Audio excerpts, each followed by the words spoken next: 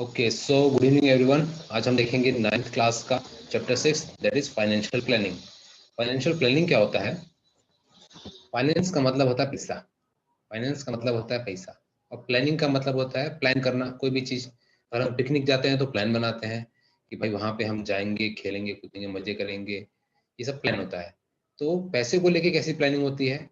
मान लो वैभव 10,000 रुपये कमा रहा है, ठीक है। के का मतलब होता है हजार, ये इंग्लिश में बोलते हैं ऐसा। ऐसे 10,000 रुपये कमा रहा है, तो अब कैसे वो इसको खर्च करेगा? मान लो महीने के आखिरी में या फिर महीने के चालू में 1 तारीख को उसको 10,000 रुपये मिल जाते हैं, तो अब इसको कैसे कैसे खर्च करेगा? एक तो पहले वो घर का किराया देगा, मान लो किराया है 4,000 रुपये। फिर घर का राशन लेके आएगा, उसको लग जाएंगे, उसको मान लो 2,000 रुपये लग जा रहे हैं। फिर उसके बाद वो अगर गाड़ी से जाता है काम के लिए तो उसको 1,500 रुपये लग जा रहे हैं। और अगर वो पूरे महीने में 1-2 पिक्चरें देखता है, थोड़ा सा इधर उधर घूमता है, तो उसमें कुछ खाता पीता है बाहर जाके, तो उसमें उसको 500 रुपये लग जा रहे हैं मान लो, ठीक है। यस। तो अब देखो ये सारे अगर जोड़ोगे तो कितना हो जाएगा? 4 2 6 7 8,000 रुपये हो रहा है, ठीक है। उसकी कमाई थी 10,000 रुपये, तो 10,000 में से 8,000 गए तो कितना आ जाएगा? 2,000, ठीक है। 2000। 2,000 यानी कि महीना खत्म होते होते उसने जितने कमाए थे उसमें से उसके पास 2,000 रुपये बच रहे हैं। ओके, तो यही हो जाती है, यस। इसलिए बोलते हैं सेविंग्स। इसको बोलते हैं सेविंग्स। इसको बोलते हैं सेविंग्स। सेव करते हैं हम, जैसे मोबाइल में भी यस हम कोई सर। चीज सेव कर देते हैं, तो यानी कि हम उसको यस। अपने पास रख लेते हैं, उसको बचा के रख लेते हैं। वैसे ये तुमने पैसे बचाए 2,000 रुपये, इसको अब तुम रख लोगे। अब देखो इसको जब हम रखते हैं तो इसको तुम अगर अपने घर पे ही रखे रहोगे, मान लो तुम्हारे पास 2,000 रुपये बचे, अब तुमने इसको, ठीक है मैं इसको नहीं लिखता हूँ, पूरे 2,000 रुपये तुम्हारे पास हैं, ये तुमने घर पे ही रखे। ऐसे करके तुम 1 महीने में 2,000 हो रहे हैं, 1 महीने में, तो 12 महीने में कितना हो जाएंगे? 12 महीने में कितने हो जाएंगे? 24,000 रुपये हो जाएंगे, ठीक है। 24,000। यानी कि साल भर में तुम 24,000 रुपये बचा रहे हो, और इसको तुमने घर पे ही रखा यस। है। घर पे ही रखोगे तो क्या होगा? अब घर पे रखे रखे वो 24,000 रुपये तो 24,000 ही रहेंगे, वो तो ना बढ़ेंगे ना कम होंगे, ठीक है। तो यस। इसी चीज को, इसका इस 24,000 रुपये का फायदा हम कैसे उठा सकते हैं, हम कैसे इसको बढ़ा सकते हैं? हम इसको काफी अलग अलग तरीकों से हम इस पैसे को बढ़ा सकते हैं, जिसमें से एक है बैंक। बैंक में अगर ये जो तुम्हारे पास साल भर के 24,000 रुपये हैं, वहां पे जाओगे तुम और बोलोगे कि भाई मुझे ये 24,000 रुपये जमा करने हैं, तो जो बैंक का आदमी बैंकर होगा वो तुमको बोलेगा कि ठीक है, हमारा बैंक है, हमारा SBI एक बैंक है, तो SBI के अंदर हम आपको 1 साल पैसे जमा करने के लिए आपको 5% की दर से हम आपके पैसे को जमा रखेंगे, ठीक है। कहने का मतलब वो क्या करेगा, आपके 24,000 रुपये ले लेगा और हर साल आपको 24,000 पे 5% का फायदा देगा। मतलब ये 24,000 रुपये है, ये 24,000 रुपये है, तो इसमें से तुमको हर साल 120 रुपये देगा वो, ठीक है ना। Yes sir. ओके, तो एक तो ये तरीका हो गया। फिर और तुम क्या कर सकते हो? वो जो 24,000 रुपये थे, 24,000 रुपये, इसके तुम कोई सोने के गहने ले लोगे, ठीक है। सोने के गहने ले लोगे, मान लो यस। ये हो गया एक ज्वेलरी। ऐसे तुमने एक गहना ले लिया सोने का, मम्मी के लिए चाहे किसी के लिए भी, और इसको तुम रख लोगे। तो इस पैसों का तुम ऐसे भी इस्तेमाल कर सकते हो, क्योंकि सोने का भाव तुम देखोगे तो बढ़ते जाता है, बढ़ता जाता है, बढ़ता जाता है। तो आज तुमने अगर सोना ये 24,000 का लिया है और तुम्हारे पास मान लो 5 महीने बाद तुम्हारे पास पैसे की जरूरत है, तो तुम जाओगे और सोनार को बोलोगे भाई ये जो मैंने सोना लिया था इसको तुम खरीद लो मेरे से और मेरे को उसका दाम दे दो। तो पता चलेगा कि सोने का दाम बढ़ गया होगा, तो तुमको 24,000 से थोड़ा सा ज्यादा रुपए दे देगा, तुमको 25,000 रुपये देगा। बोलेगा ठीक है भाई, आज सोने का भाव इतना है, उसके हिसाब से तुम्हारे तुम्हारे जो गहने हैं उसका रेट होगा 25,000 रुपये। ठीक है, Yes. एक ये Yes. तरीका हो गया कि तुम कैसे अपने पैसे का इस्तेमाल कर सकते हो। फिर मान लो अगर तुम्हारे पास ऐसे 24,000 रुपये हैं, ये 1 साल का, ऐसे करके तुमने 4 5 6 7 साल के बचा के रखे, उससे कोई मकान खरीद लिया, मकान खरीद लोगे तो फिर अब ये तो मकान तुम्हारा हो जाएगा। या फिर तुमने कोई जमीन खरीद ली, गांव में लोग जमीन खरीदते हैं, वहां पे खेती बाड़ी करते हैं, या फिर खेती बाड़ी करने के लिए किराए पे दे देते हैं, तो तुमने ऐसे कर लिया। तो ऐसे करके जो हमारे पास सेविंग्स होती हैं, उस सेविंग का हम काफी जगह इस्तेमाल कर सकते हैं, जिससे कि जो हमारे पैसे हैं वो बढ़े, ऐसे बढ़ते हैं बढ़ते हैं बढ़ते हैं। वरना अगर तुम अपने पैसों को घर की तिजोरी में या फिर घर की अलमारी में ऐसे रखोगे, तुमने पैसे संभाल के रखे 24,000 रुपए, तो धीरे धीरे उनकी कीमत कम हो जाएगी। अभी कीमत कम होने से क्या मतलब है? कीमत कम होने से मतलब है, मान लो आज है 2021, ठीक है, आज तुम जाओगे तो 1 रुपए का जाओगे तो तुमको एक सेंटर फ्रेश मिल जाएगा, मिल जाएगा, Yes. सेंटर फ्रेश एक मिल जाएगा तुमको। लेकिन अगर तुम 5 साल बाद जाओगे, 2026 में जाओगे, तब हो सकता है 1 रुपए का तुमको कुछ भी नहीं मिलेगा, सेंटर फ्रेश भी नहीं मिलेगा। समझ आ रहा Yes, है? sir. हम लोग जब Yes. छोटे थे तो हमको 25 पैसे में मिल जाती थी सेंटर फ्रेश। ठीक है, 25 पैसे मतलब पता है कितना हो गया? 1 रुपए में 4 25 पैसे, Yes. 1 रुपए में 4 सेंटर फ्रेश आ जाते थे, और अभी देखो 1 रुपए में एक आ रहा है। तो इसका मतलब अब पैसा तो उतना ही है, देखो 1 रुपया ही है, पहले भी 1 रुपया था, आज भी 1 रुपया है, लेकिन इसकी कीमत गिर जाती है टाइम के साथ। अगर तुमने उसको कहीं पे सही जगह नहीं लगाया तो उसकी कीमत गिर जाती है। ठीक है, अगर Yes. तुमने उसको बैंक में लगा दिया, जमीन पे लगा दिया, कहीं पे लगा दिया, तो फिर इसकी धीरे धीरे धीरे धीरे धीरे धीरे थोड़ी थोड़ी सही, लेकिन कीमत बढ़ती रहती है। इसी को बोलते हैं Yes. महंगाई, इसी को बोलते हैं महंगाई, महंगाई का बढ़ना। तुमने तुमने सुना होगा महंगाई बहुत बढ़ गई है, मम्मी लोग बोलते Yes, होंगे, sir. पापा लोग बोलते हैं बहुत महंगाई बढ़ गई है। उसका यही मतलब होता है कि जो पैसे की कीमत थी वो कम होती जा रही है। पहले तुम कुछ रुपयों में ही 500 रुपए पहले बहुत हुआ करते थे, लेकिन आज 500 रुपए तो 5 6 दिन में ही खत्म हो जाते हैं, पता भी नहीं लगता है ना? Yes. ऐसा हो गया है। तो ये हो जाता है। अब जो हमारे पास सेविंग्स है हमारी, हम उसको कैसे कैसे बचाएंगे, हम इस चैप्टर में वही देखेंगे। सेविंग्स कहाँ कहाँ इस्तेमाल होंगे, कैसे हम उसको बचा सकते हैं, ये सब। एक चीज और बताता हूँ, जैसे अभी मान लो, जैसे मैंने वैभव का एग्जांपल लिया था, वैभव 10,000 की नौकरी करता है, ठीक है, 10,000 की नौकरी करता है, खुश रहता है वो, 10,000 की नौकरी कर रहा है, और मस्त अपना 2,000 इसमें से बचा भी ले रहा है, उसकी सेविंग है 2,000 रुपये। लेकिन अभी सरकार है गवर्नमेंट ऑफ इंडिया, GOI, सरकार क्या करती है? अब सरकार को गरीब लोगों के लिए, चाहे सभी लोगों के लिए, सड़कें बनानी है, खंबे लगवाने हैं, उस पर लाइट लगवानी है ना, फिर सबके घर पे नलके से पानी पहुंचाना है, ठीक है, फिर और देखो सरकार कितने सारे काम करती है, रोड बनवाती है, पानी हो गया, फिर बिजली पहुंचाती है, ऐसे बहुत सारे काम करेगी। तो उसके लिए सरकार को भी पैसा चाहिए, पैसा चाहिए कि नहीं चाहिए? क्योंकि Yes, sir. ये सारी चीजें ऐसे जादू से तो आएंगी नहीं। लाइट लगानी है तो उसके लिए खंबे डालने पड़ेंगे, बल्ब लाना पड़ेगा, उसके अंदर तार डालनी पड़ेगी, फिर वो तार दूर तक फैलानी पड़ेगी, पानी है तो उसके लिए टोटियां लगेंगी पानी की, और फिर उसको पूरे खुदाई करनी पड़ेगी। फिर अगर सड़क बनानी है तो डांबर लाना पड़ेगा, पत्थर लाना पड़ेगा, उसको गर्म करना पड़ेगा, फिर डालना पड़ेगा। तो इन सब चीजों में खर्चा होता है। तो सरकार अपनी जेब से पैसा नहीं डालती, हमको ऐसा लगता है कि सरकार पैसा दे रही है, सरकार पैसे निकाल रही है, ऐसा नहीं होता है। सरकार क्या करती है, जो वैभव और वैभव जैसे जो भी लोग नौकरी कर रहे हैं, उनकी जो तनख्वाह है इसमें से थोड़ा सा हिस्सा ले लेती है अपने पास। ठीक है, थोड़ा सा हिस्सा Yes. पास रख लेती है, उसी को हम बोलते हैं टैक्स। इसको हम बोलते हैं टैक्स। ठीक है, Yes.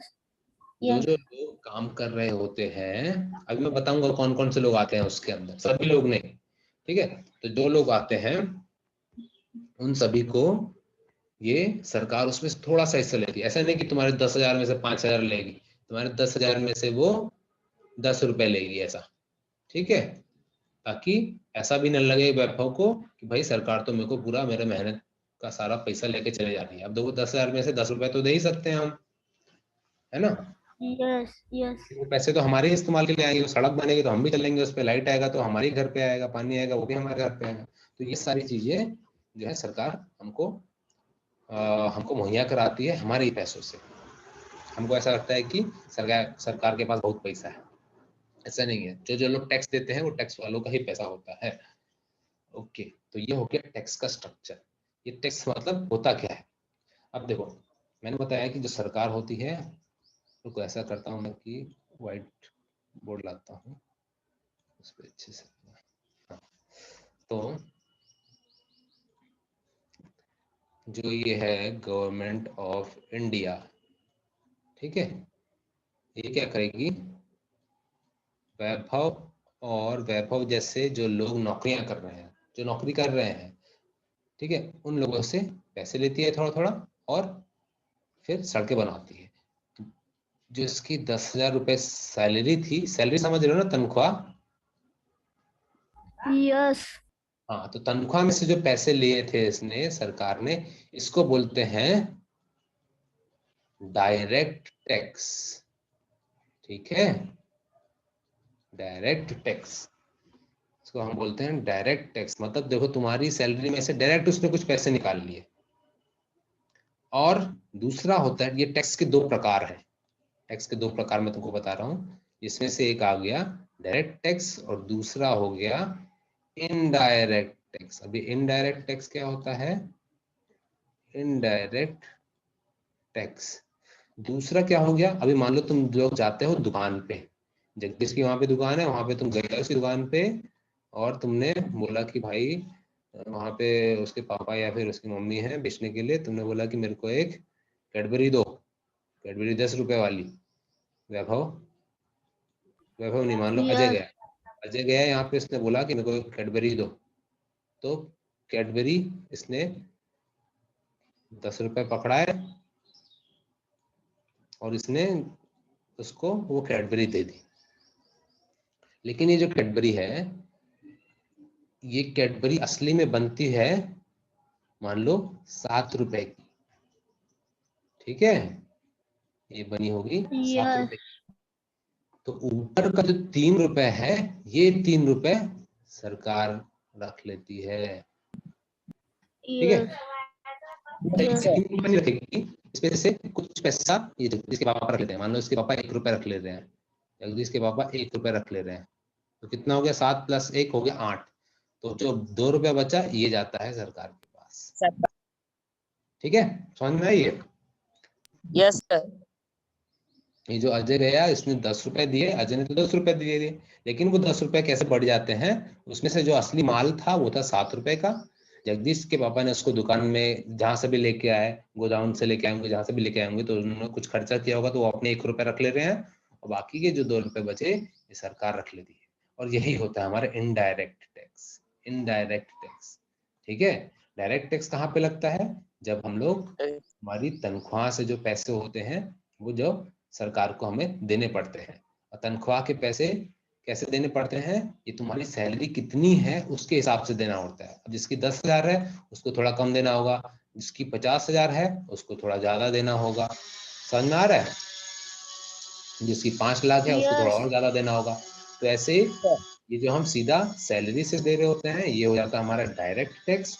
और जो हम लोग सामान लेते हैं, ठीक है, या फिर किसी से कोई काम करवाते हैं, तो उस पे से जो टैक्स पड़ता है उसको हम बोलते हैं इनडायरेक्ट टैक्स। ठीक है, समझ में आ गई ये चीज। Yes. Yes, sir. ओके, तो अभी जो हम चैप्टर करने वाले हैं उसके अंदर हम इन दोनों टैक्स के बारे में भी पढ़ेंगे, डायरेक्ट टैक्स और इनडायरेक्ट टैक्स, हम कैसे इसको निकालेंगे। ठीक है, समझ में आ गया ये चीज कि हम अभी पढ़ने क्या Yes. वाले हैं, ये चीज हमने देख लिया। आते हैं हम अपने बुक पे, कहाँ गई हमारी बुक भाई। ओके, हाँ देखो, थोड़ा सा और हम इसको अच्छे से और देख लेते हैं। यहाँ पे कुछ कुछ चीजें जो हम लोग जहाँ पे पैसे खर्च करते हैं, जो हमको पता होता है, उसको बोलते हैं प्रिडिक्टेबल एक्सपेंस। एक्सपेंस मतलब होता है खर्चा, प्रिडिक्टेबल मतलब होता है कि जहाँ पे हमने उम्मीद की थी कि यहाँ पे खर्चा होना ही है, वहां पे खर्चा होता है। जैसे कि पढ़ाई के लिए खर्चा, ये तो हम सबको पता होगा, अगर किसी को पढ़ाई करनी है तो उसमें खर्चा होगा ही। अगर भले ही तुम सरकारी स्कूल में हो, लेकिन जब तुम्हारी कॉपी भर जाएगी तो नई कॉपी लेनी पड़ेगी, पेन खराब हो जाएगा तो फिर नया पेन भी लेना पड़ेगा। ठीक है, Yes. तो ये हो गया पढ़ाई के लिए खर्चा। फिर दूसरा और कौन सा खर्चा आता है, मान लो तुमको कोई धंधा चालू करना है, कोई दुकान खोलनी है, तो उसके लिए भी तुमको पैसे लगाने पड़ेंगे चालू में। अगर तुमको मान लो मम्मी सिलाई मशीन वाला काम कर रही है, कपड़े सिलने वाला, तो उसके लिए सिलाई मशीन खरीदनी पड़ेगी, सिलाई मशीन में तेल पड़ता है वो खरीदना पड़ेगा, और भी कुछ चीजें हैं वो भी खरीदनी पड़ेंगी। ठीक है, कभी बिगड़ जाता है तो वो भी उसको बनाना पड़ेगा। तो ऐसे ही अगर तुम कोई काम धंधा चालू कर रहे हो तो उसमें पैसा लगता है, ये हमको पता रहता है, ये पता वाली चीजें हैं। ठीक है, अभी हम ये चीजें हमको जो पता होती हैं कि यहाँ पे तो खर्चा होना ही है, ये है प्रिडिक्टेबल एक्सपेंस। थर्ड क्या आता है, बाइंग अ व्हीकल। व्हीकल मतलब होता है गाड़ी। कोई भी अगर हम गाड़ी खरीदते हैं तो भाई पैसा तो देना ही है, कोई फ्री में तो गाड़ी देगा नहीं हमको, है ना। अगर हमने कोई गाड़ी खरीदी तो उस पर हमको पैसे देने पड़ेंगे। ये हो गया तीसरा। चौथा क्या होगा, अगर कोई हम घर खरीद रहे हैं या किसी अपार्टमेंट खरीद रहे हैं, कोई फ्लैट खरीद रहे हैं, तब ये तब भी हमको पैसा देना पड़ेगा। ठीक है, और लास्ट Yes. आता है ओल्ड एज रिटायरमेंट, मतलब जब हम बूढ़े हो जाते हैं तो उसके लिए हमको अलग से खर्चा करना पड़ता है। क्योंकि देखो, जब तुम बूढ़े हो जाओगे, तुम बूढ़े हो जाओगे, मैं हो जाऊंगा, तब हमारे हाथ तो वैसे काम करेंगे नहीं जैसे अभी कर रहे हैं, जितनी ताकत अभी हमारे अंदर है। अभी तुमने देखो, तुम्हारे दादा नाना को देखा होगा, पहले वो बहुत फुर्ती से काम किया करते थे, किसान का काम हो चाहे जो भी काम हो। लेकिन अभी अगर वो जब बूढ़े हो गए तो उनकी ताकत हो जाती है कम, तो उस टाइम पे तुम्हारे पैसे, तुम्हारे खर्चे ज्यादा होंगे, तुम्हारी कमाई उतनी नहीं हो रही होगी, खर्चे तो हो ही रहे होंगे। तो ये वाली चीजें आ जाती हैं हमारी, जो हमको पता होती हैं कि ये कहाँ कहाँ पे खर्चा होना है। अब देख लेते हैं Yes. second वाला कौन सा है। सेकंड वाला है अनप्रिडिक्टेबल एक्सपेंस। अनप्रिडिक्टेबल, इसके अंदर क्या क्या आता है, मान लो जैसे कोई नेचुरल डिजास्टर हो गया। नेचुरल डिजास्टर मतलब कैसे हो गया, जैसे भूकंप आ गया, बाढ़ आ गई, सूखा पड़ गया। ठीक है, बारिश ही नहीं है, बारिश नहीं आई अगर तो किसान का खेती नहीं बनी, ये सब आ जाते हैं नेचुरल डिजास्टर्स में, है ना। Yes. फिर Yes. और कौन सा हो गया, दूसरा हो गया medical expense for family member. अगर घर पे कोई बहुत बीमार पड़ गया, ठीक है, Yes. क्योंकि बीमारी का तो पता नहीं होता कि कब आ रही है, कोई भी अचानक से हो सकता है। तो ऐसे ही अगर कोई Yes. बहुत बीमार पड़ गया है तो तुम्हें जितने पैसे बचाए थे सब उसमें लगाने पड़ जाते हैं। तुम्हारे साथ भी हुआ होगा Yes. ऐसा कभी ना कभी। Yes, sir. फिर आ जाता है लॉस ड्यू टू एक्सीडेंट। किसी के एक्सीडेंट हो जाने से नुकसान, मानो तुम गाड़ी चला के जा रहे थे, किसी ने बहुत तेज गाड़ी से तुम्हारी गाड़ी को ठोक दिया, तो अब गलती मान लो उसी की है, लेकिन खर्चा तो तुम्हारा भी नुकसान हो गया ना, तुम्हारी भी गाड़ी को ठोक दिया, अब वो उसको सही कराने के लिए फिर पैसे लगाने पड़ेंगे। तो ये हो गया, Yes. ये हो गया एक और ऐसा खर्चा जो कि हमको पता नहीं था कि ये हो सकता है लेकिन हुआ। ठीक, फिर आखिरी आ जाता है सडन डेथ। किसी की अकाल मृत्यु हो जाती है, मान लो किसी को हार्ट अटैक आ गया परिवार में ही, रिश्ते में, और फिर अब उसको उसकी मौत हो गई तो फिर उस पर भी खर्चा आता है। उसके फिर वो देते हैं बरसी के में लोगों को खाना खिलाया जाता है, और वो अगर कमाने वाला आदमी था तो फिर अब वो अगर कोई नौकरी करने वाला था तो अब उसकी तो नौकरी की तनख्वाह आएगी नहीं, क्योंकि वो तो खुद ही मर गया है। ठीक है, तो ऐसे करके ये वो वाले खर्चे हो गए जिनके बारे में हमको नहीं पता होता है, लेकिन वो अचानक से हो जाते हैं। समझ में आया हमें Yes, दो, sir. दो चीजें डिस्कस की, एक प्रेडिक्टेबल, दूसरा अनप्रेडिक्टेबल। एक ऐसे खर्चे जिनके हम जानते हैं कि ये हमारा खर्चा होने ही वाला है, और दूसरे ऐसे खर्चे हो गए जिनके बारे में हमको जरा भी नहीं पता होता है पर वो अचानक से हो जाते हैं। So this is it. Now अब हम आते हैं Yes. दोबारा से अपने सेविंग पॉइंट पे। ओके, तो सेविंग के बारे में अभी मैंने तुम्हें थोड़ा सा बताया था। जैसे वैभव ने 10,000 रुपए कमाए थे, उसमें से अपना खर्चा वर्चा सब करके उसके पास 2,000 रुपए बच रहे थे ना। तो ये है सेविंग। अभी सेविंग को हम कहाँ पे खर्च कर सकते हैं, ऐसे बहुत सारी चीजें यहाँ देखो आगे बताए हुए, ये देखो, ठीक है। अब सेविंग मैंने तुमको एक बताया कि ये जो पैसे बचे हुए थे अजय के वैभव के पास अपना खर्चा करने के बाद, अपने एक्सपेंस करने के बाद, this is the amount that Vaibhav is saving. Vaibhav हर महीने 2,000 रुपए बचा रहा था, और अगर वो Yes. इस 2,000 को बैंक में डाल रहा है, या फिर अगर इस 2,000 रुपए से कुछ कोई इंश्योरेंस ले रहा है, या फिर इस 2,000 रुपए से वो कोई जमीन खरीद ले रहा है, 2,000 से तो नहीं आएगा लेकिन फिर भी मैं एक बात बोल रहा हूँ कि अगर कोई जमीन खरीद लिया, अगर कोई लैंड ले लिया, या फिर कुछ बाइक खरीद ली, कोई सामान खरीद लिया, तो ये जो सारी चीजें हैं इन सबको बोलते हैं इन्वेस्टमेंट। क्या बोलते हैं? Investment. इन्वेस्टमेंट। मतलब कि तुमने अपने पैसों को कहीं इन्वेस्ट कर दिया, कहीं लगा दिया। इसको किसी अपने पैसों को कहीं पे लगाना कहलाता है इन्वेस्टमेंट। ठीक है, समझ में आया चीज? Yes, sir. ओके, तो अब देखो हम अभी ये जो पीछे पेड़ दिया हुआ है इस पे से समझते हैं। देखो ये जो गमला दिया है, गमले पे लिखा है सेविंग एंड इन्वेस्टमेंट, दिख रहा है इसके मटके के ऊपर लिखा हुआ है Yes. Saving and investment. तो यानी वैभव ने अपने 2,000 रुपये यहाँ पे ये ऐसे दिखाने के लिए बताया गया है, पर देखो कितना अच्छा बनाया है कि एक मटके के अंदर इसने पौधा लगाया हुआ है। वो पौधा है तुम्हारे 2,000 रुपये, वो देखो उसको तुम अगर सही जगह लगाओगे तो तुम्हारे पैसे बढ़ेंगे। पौधे कैसे पानी डालते हैं तो बढ़ते हैं, वैसे ही अगर तुम अपने Yes. पैसे को भी सही जगह लगाओगे तो वो भी बढ़ेंगे। तो देखो कहाँ कहाँ लगा सकते हैं? Nationalised bank deposit, saving account, recurring deposit, fixed deposit, saving, insurance, share, mutual fund, NSS fund, bonds, pigmy account, senior citizen वाला account, PPF, salary account, RD, postal life insurance. देखो ऐसे कितनी सारी जगह हैं जहां पे तुम तुम्हारे पैसे को लगा सकते हो और वो धीरे धीरे बढ़ते हैं पैसे। ठीक है, समझ में आया? Yes. Yes, sir. ओके।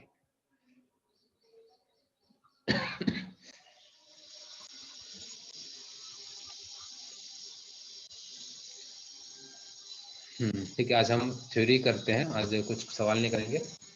एक और चीज बताता हूँ तुमको, थोड़ा सा एक और बेसिक है कि मान लो ये है बैंक। मैंने पहले भी बताया था ये पिछले क्लास में भी, लेकिन इस बार दोबारा बताता हूँ कि अब बैंक, अगर तुम लोग बैंक कोई ऐसा है तो ऐसी तो कोई चीज नहीं है कि जहाँ पे पैसे उगते हैं वो तुमको तुम्हारे 2,000 पैसे 100 रुपए या 200 रुपए बढ़ा के दे देंगे। उनके पास पैसा कैसे आया? Yes, तो sir. बताएगा मेरे को वैभव? बैंक अगर तुमको तुम्हारे पैसे बढ़ा के दे रहा है तो उनके पास पैसे आए कहाँ से इतने कि वो बढ़ा बढ़ा के देते जा रहा है सभी को? वैभव, अजय, क्या सर रिपीट करना थोड़ा? मैं बोल रहा हूँ बैंक अगर तुम्हारे पैसे बढ़ा के दे रहा है तो बैंक के पास पैसे आ कहाँ से रहे हैं?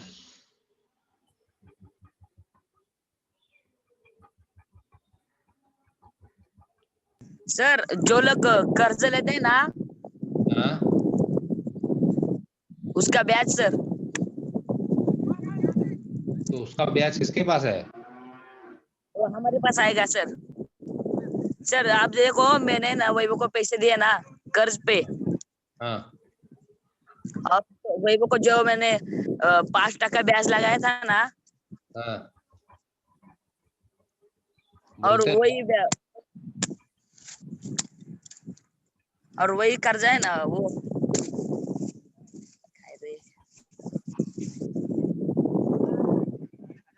अपना दिमाग लगाओ अजय, ठीक बता रहे हो, सुन के मत बोलो। सर सर अब है ना, अब बैंक में से किसी ने तो कर्जा लिया क्या, अब सर बैंक वाले उसको सर इतना ब्याज का इतना कर्जा तो होगा ना सर उसका, 5% ऐसे वैसे, हाँ तो सर फिर वो जितना ब्याज आएगा ना, हाँ तो वो हमको बढ़ा के देते फिर उसका। अच्छा वैभव, तुम कुछ बोलना चाहोगे कि अगर हमने बैंक से हम पैसे लेते हैं, बैंक में अपने पैसे जमा कराते हैं और कुछ टाइम बाद जाके हम लेंगे, मान लो 1 साल बाद या 5 साल बाद, तो बैंक वाले थोड़ा सा पैसा बढ़ा के देते हैं, तो उनके पास ऐसे क्या जादू किया उसने पैसे पे कि पैसे बढ़ गए? बैंक वालों के पास इतने पैसे हैं क्या कि वो बांट रहे हैं? नहीं सर। फिर कैसे बढ़ गए? सर हाँ सर वो जो कर्जा देते ना बैंक वाले, वो हमारे पैसे से ही देते सर। अच्छा, तो इससे क्या मतलब हुआ, मतलब तुमसे पैसा लेके तुम्हें को कर्जा दे रहे हैं? जो सर हम जो पैसा रख रहे हैं ना बैंक में, वही हाँ पैसे है ना, वो बैंक वाले है ना दूसरों को कर्जा देते, और जो फिर उसको क्या बोलते हैं सर। ठीक है, ऐसा करते हैं कि तुम लोग आज इसको सोचो अच्छे से। अजय तुम थोड़ा बहुत बता रहे हो लेकिन ठीक से नहीं बता पा रहे हो, ठीक है? आज इसको सोचो कि बैंक वाले भाई पैसे आखिर ला कहाँ से रहे हैं, वो उनके पास इतना पैसा आ किधर से रहा है, उसको सोचो। सर मैं बोलूं? वैभव कल अच्छे से सोच के बताओ, ठीक है? अभी थोड़ा डाउट आ रहा है तुमको, यस। ठीक है? आज की क्लास अपन यस। यही खत्म करते हैं, कल इसके आगे से हम देखेंगे। और ये जो पीछे बिल्डिंग है इसका पता ला के बताना मेरे को कौन सी है, ये इसने बनाई कहाँ पर है, बहुत फेमस है ये। Yes sir. ओके, चलो फिर करो मजे। आज तुम्हारा बस यही दो होमवर्क है, एक तो पीछे वाला ये, और दूसरा कि बैंक कैसे हमको पैसे देता है एक्स्ट्रा अगर हम वहां पे अपने पैसे को रखते हैं कुछ सालों तक। यस। Okay, yes. कल मिलते हैं, bye bye. Bye sir. See see you tomorrow, bye bye.